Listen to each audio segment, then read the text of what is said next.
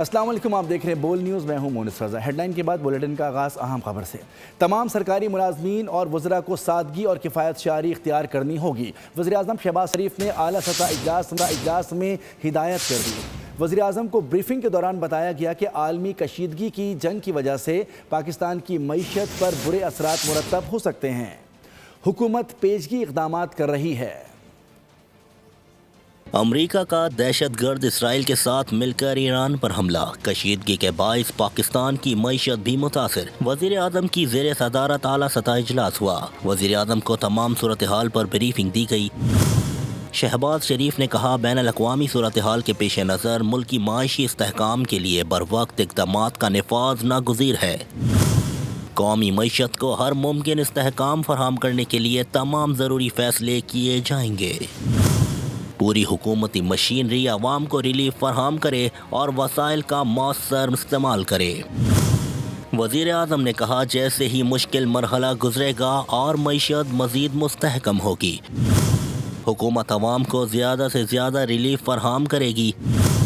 وزیر اعظم نے کہا کہ بچت اور کفایت شعاری کا بوجھ منصفانہ طور پر سب کو برداشت کرنا چاہیے۔ چاروں صوبوں کے چیف سیکریٹریز نے بھی حالیہ عالمی کشیدگی کے پیش نظر صوبوں میں معاشی سرگرمیوں، توانائی کے استعمال اور انتظامی تیاریوں کے حوالے سے وزیر اعظم کو آگاہ کیا۔ ایران کے نئے سپریم لیڈر کا انتخاب ہو گیا۔ مجلس خبرگان نے آیت اللہ خامنائی کے بیٹے مجتبیٰ خامنائی کو سپریم لیڈر بنانے پر اتفاق کر لیا۔ ایرانی میڈیا کے مطابق نئے سپریم لیڈر کے نام کا اعلان سیکریٹریٹ کے سربراہ حسینی بوشہری کریں گے۔ اسرائیل کا کہنا ہے کہ ہر اس شخص کا پیچھا کریں گے جو خامنائی کا جانشین ہوگا۔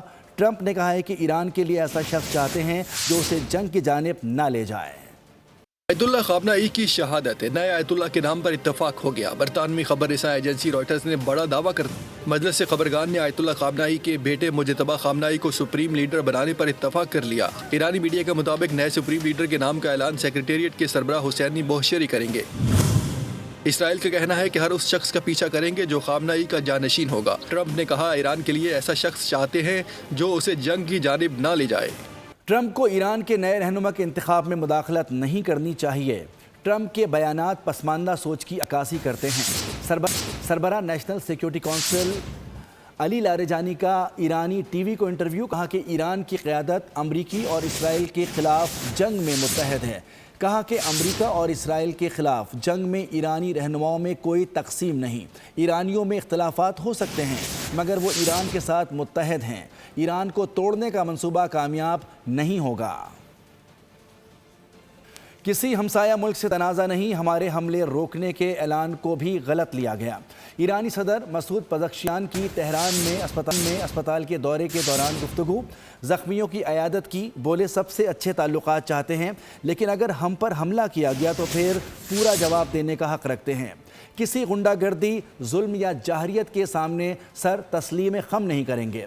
ملکی سرزمین کا ایک انچ بھی کسی کو نہیں لینے دیں گے۔ ایران کا اسرائیل اور امریکہ کو بھرپور جواب، حیفا ریفائنری پر حملہ کر دیا۔ ایران نے 24 گھنٹے میں مزید 200 امریکی فوجی ہلاک کرنے کا دعویٰ کر دیا۔ ایران نے امریکی آئل شپ کو بھی نشانہ بنایا۔ بحرین، کویت، UAE اور سعودی عرب پر بھی ڈرون، میزائل اور راکٹوں سے حملہ کیا گیا۔ بغداد میں امریکی سفارت خانے کو بھی نشانہ بنایا گیا۔ ایران نے 24 گھنٹوں کے دوران 200 امریکی فوجی ہلاک کرنے کا دعویٰ کر دیا۔ ایرانی فوج کے مطابق 21 امریکی بحرین میں مارے گئے۔ امریکی تیل کے جہاز کو بھی نشانہ بنایا گیا۔ بحرین کے ڈیسیلی نیشنل پلانٹ پر بھی حملہ، 3 افراد زخمی ہو گئے۔ ایران نے کویت ایئرپورٹ کے فیول ٹینکر پر حملہ کر دیا، 2 بارڈر سیکیورٹی اہلکار ہلاک ہو گئے۔ حکام کے مطابق ایندھن ذخائر میں لگی آگ بجھا دی گئی۔ ادھر UAE پر بھی ایران نے ڈرون اور میزائل حملے کیے۔ اموات کی تعداد 4 ہو گئی، جہاں باغ افراد میں پاکستانی ڈرائیور بھی شامل تھا۔ ابنائے ہرمز میں UAE کی ٹک بوٹ دھماکے سے ڈوب گئی۔ اماراتی وزارت دفاع کا کہنا ہے کہ UAE پر 17 بیلسٹک میزائل اور 117 ڈرون حملے کیے گئے۔ 16 میزائل اور 113 ڈرون حملے ناکام بنا دیے گئے۔ 1 میزائل اور 4 ڈرون سمندر میں گرے۔ بغداد میں امریکی سفارت خانے پر بھی راکٹوں سے حملہ۔ سعودی عرب نے اپنی حدود میں 15 ڈرونز کو تباہ کر دیا۔ اسرائیل کا ایران پر تاریخ کا سب سے بڑا حملہ، ایرانی تیل کے ذخائر اور تنصیبات کو نشانہ بنا ڈالا۔ آئل ڈپو پر آگ بھڑک اٹھی۔ تہران کے جنوب میں بھی ریفائنری پر حملہ کیا گیا، قریبی گھروں کو بھی نقصان پہنچا، 7 افراد جاں بحق ہو گئے، 21 زخمی ہو گئے۔ اب تک کے حملوں میں 1400 سے زائد ایرانی شہید ہو چکے۔ یونیسیف کے مطابق اسرائیلی اور امریکی حملوں میں 20 اسکول اور 10 اسپتال نشانہ بنے، مرنے والوں میں 30% بچے شامل ہیں۔ لبنانی تنظیم حزب اللہ کا بھی اسرائیلی جارحیت کا منہ توڑ جواب، درجنوں راکٹوں سے حملہ کر دیا، اسرائیلی شہر حیفا دھماکوں سے گونج اٹھا۔ اسرائیلی دفاعی نظام ناکام ہو گیا، کئی میزائل مختلف مقامات پر آ کر گرے، 2 اسرائیلی فوجی ہلاک ہو گئے۔ ادھر اسرائیلی فضائیہ نے بیروت کی عمارت کو نشانہ بنایا، 4 افراد جاں بحق ہو گئے۔ لبنانی حکام کے مطابق اسرائیلی حملوں میں اب تک 394 اموات رپورٹ ہو چکی۔ لبنانی حکومت نے حزب اللہ سے مطالبہ کیا ہے کہ وہ ہتھیار حکومت کے حوالے کرے۔ امریکی ڈیموکریٹ رہنما گراہم پیٹنر نے ٹرمپ انتظامیہ کو انتہائی بیوقوف قرار دے دیا ہے، کہا ہے کہ ایرانی زمین پر فوج اتارنا موت کو دعوت دینے کے مترادف ہے۔ موجودہ حکمران نااہل ہیں، ان کے پاس کوئی پلان نہیں۔ امریکہ اور اسرائیل کا اصل مقصد ایران میں حکومت کی تبدیلی کے ساتھ ساتھ ملک کو تقسیم کرنا ہے۔ ایرانی پروفیسر ڈاکٹر یزدی کا الجزیرہ کو انٹرویو، کہا کہ امریکہ کا منصوبہ صاف ہے، وہ ایران کو کئی حصوں میں تقسیم کرنا چاہتا ہے۔ منصوبے کے تحت ایران کے تیل سے مالا مال علاقوں کو الگ کر کے چھوٹی ریاستیں بنانے کی کوشش کی جا سکتی ہیں۔ یونان کے دارالحکومت ایتھنز میں ایران کے ساتھ اظہار یکجہتی کے لیے مظاہرہ کیا گیا، اور مظاہرے کی کال یونان میں مسلم کمیونٹی نے دی تھی۔ مظاہرے میں مقامی ایرانی کمیونٹی، طلبہ اور مختلف سماجی اور سیاسی تنظیموں کے افراد نے شرکت کی۔